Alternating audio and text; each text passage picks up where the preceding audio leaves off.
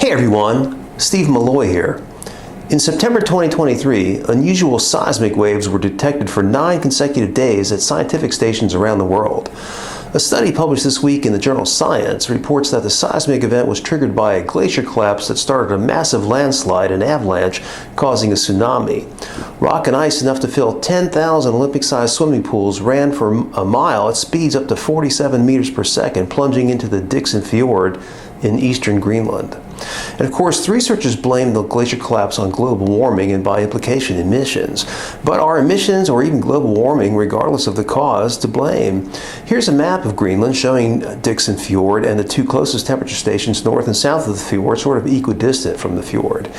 If you look at the average temperature trend at the southern station at Tasselak, you see the present average temperature is about 0 degrees Celsius. It's actually been cooling there recently, and is even cooler now than it was from the 1920s through the 1940s. Dickson Fjord is about 600 miles north of Tasselak, and that is not in the direction of warmth. If you look at the average temperature trend at the northern station at Danmarkshavn, you see that while it's been warming since the 1980s, even at the warmest point, the average temperature was minus 9 degrees Celsius. Since Tasselak and Danmarkshavn are about the same distance from Dickson Fjord, let's say that the average temperature where the glacier collapse happened is about minus 4 or 5 degrees Celsius. That is still below zero, and I don't see any particular warming occurring. Here are some images from the study showing the glacier in question along the trail of the landslide. There's thinning, but there's also thickening, which is not a characteristic of global warming. While these are merely my musings on the event, the researchers themselves present absolutely no evidence that global warming or emissions had anything to do with what happened.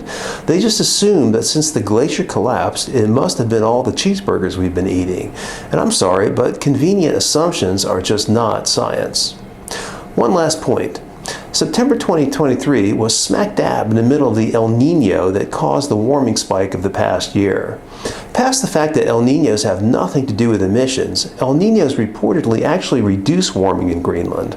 Moreover, although the past year is often called the hottest year ever, no one told Greenland or the rest of the Arctic that there was no dramatic warming in the Arctic last year. My only explanation for what happened is just the mysteries of geology. Congrats to the researchers for figuring out the mechanics of what was behind the seismic activity, but shame on them for politicizing their findings with naked assumption. There's certainly no scientific evidence that emissions had anything to do with the 9-day rumble heard around the world. Stay up with the latest on the climate hoax. Follow me on X at Junk Science and at my website junkscience.com. Thanks for watching.